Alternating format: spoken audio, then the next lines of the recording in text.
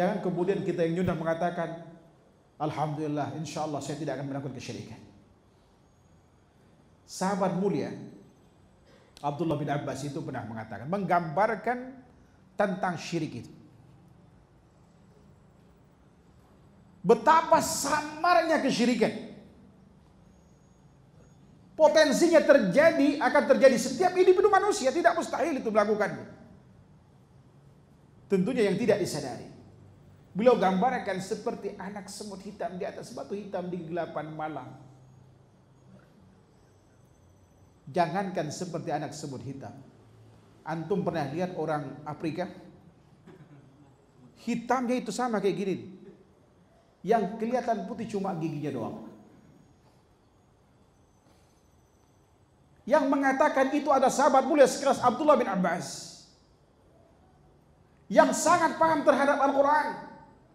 Hanya 2 kalimat di Al-Quran yang beliau tidak mengetahui. Sangat akrab dengan hadis Nabi SAW. Berbicara itu di komunitas bina atau salam. Paling tidak di situ ada kibarut tabi'in. Arti terancam untuk melakukan kesyirikan itu besar di kalangan mereka. Kalau sekelas generasi hebat ini, generasi emas Islam, sahabat dan tabi'in berpotensi untuk melakukan itu, apalagi kita yang jauh kemana-mana dari mereka, baik secara akidah ataupun ibadah praktis kita, jauh dari Al-Quran, jauh dari sunnah Rasulullah SAW. Apalagi yang sunnahnya ikutin cuma istrinya 4 doang. Ada ikhwan minta, dia pengusaha katanya, pengen poligami, cari akhwat yang ngerti sunnah. Saya lihat jenggotnya nggak ada, pakai nggak syar'i gimana? Tolong kasih biodata yang jelas. Dan ada akhwat yang siap itu. Saya bilang nanti dulu, saya clearkan dulu. Kalau tidak, saya nggak mau. Karena tanggung jawab saya berat. Ini kerjaan sampingan saya. Dititipin orang biodata, ya kan? Yang belum nikah bisa sama saya. Tinggal comblangnya aja. Ya kan? Saya ingin lahir dari generasi berikutnya ini generasi orang-orang soleh insyaallah. Ya kan?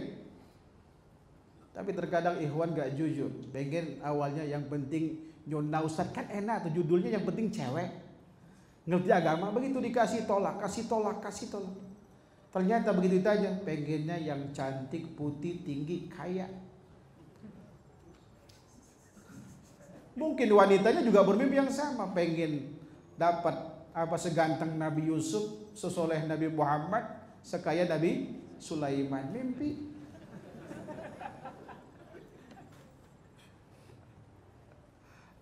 Ya kan? Ini kesyirikan sangat samar. Mungkin kita masih melakukan ketika kita dagang di pasar, ya kan? Atau kita melihat saudara kita yang melakukan kesyirikan, dianggap itu bukan kesyirikan, dianggap itu kebiasaan. Ketika barang dagangan tidak laku, biasakan berbagai macam cara dia melobi orang, merayu orang supaya membeli barang dagangannya. Ketika dibeli, ya kan? Ketika dibeli, dia dengan senang hati dia pegang tuh duit, bilang laris, laris, laris, laris, laris. Bukankah ini kesyirikan? Atau yang nggak punya anak, lama nggak punya anak, sedih, apalagi mertua nyuruh suaminya nikah lagi. Datang kawannya, kenapa kamu sedih? Iya, sudah lama nih udah nikah 9 tahun nggak hamil-hamil. Suami saya disuruh nikah lagi sama mertua saya. Gampang, kamu baru 9 tahun, teman saya lebih dari itu.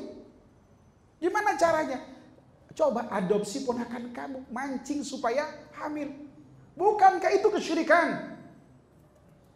Mau bangun rumah, datang dulu ke pengsus. Pengsusnya biar gelar kiai juga kadang-kadang. Ada yang habib, ada yang ustadz juga kan?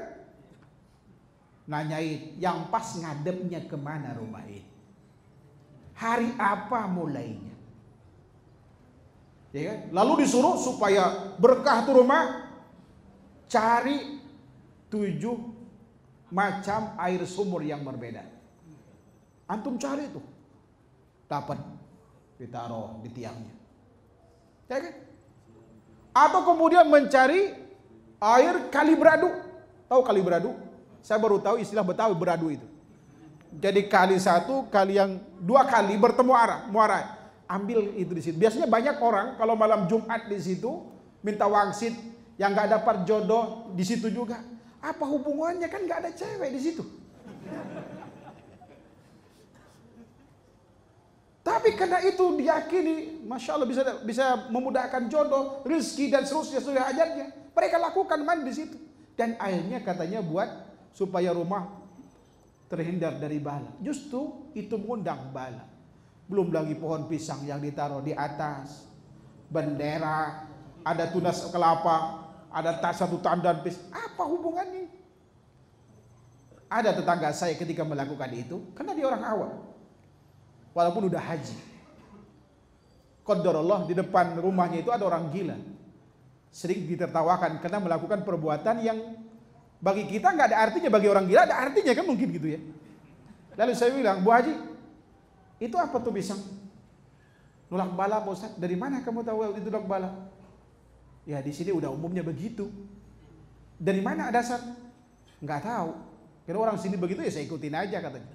Bu Haji, apa bedanya sama yang depan rumah itu? Oh Pak Ustaz bisa aja katanya. Nggak boleh, ini syirik gitu.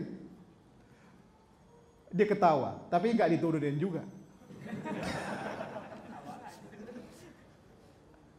Bukankah ini kesyirikan? Ketika antum menuhankan kampus buat anak antum misalkan, antum berharap, kan banyak orang tua begitu tidak diterima di universitas unggulan atau sekolah unggulan, aduh gimana masa depan anak saya?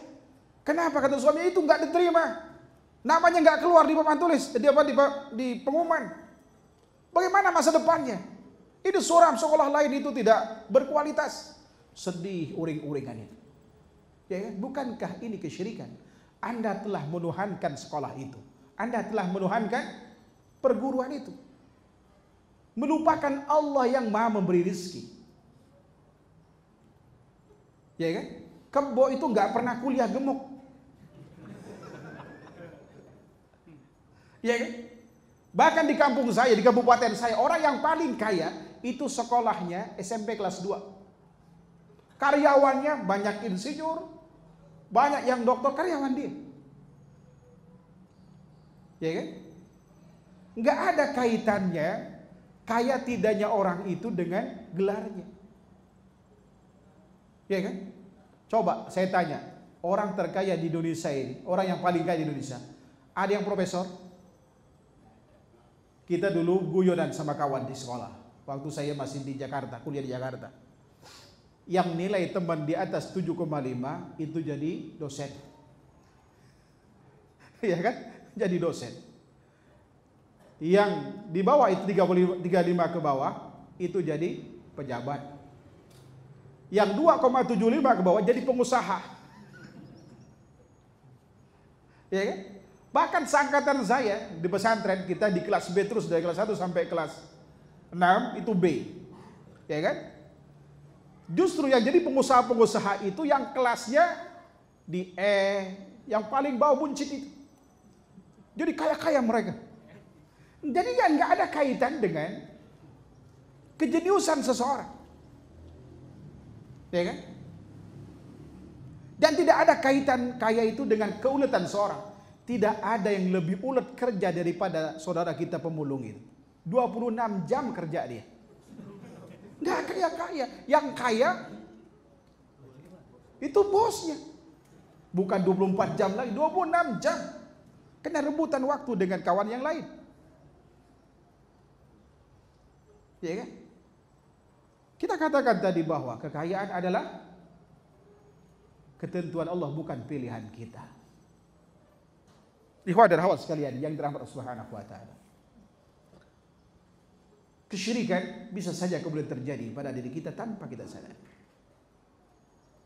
Sehingga kemudian bisa menjadi bencana bagi amal ibadah kita.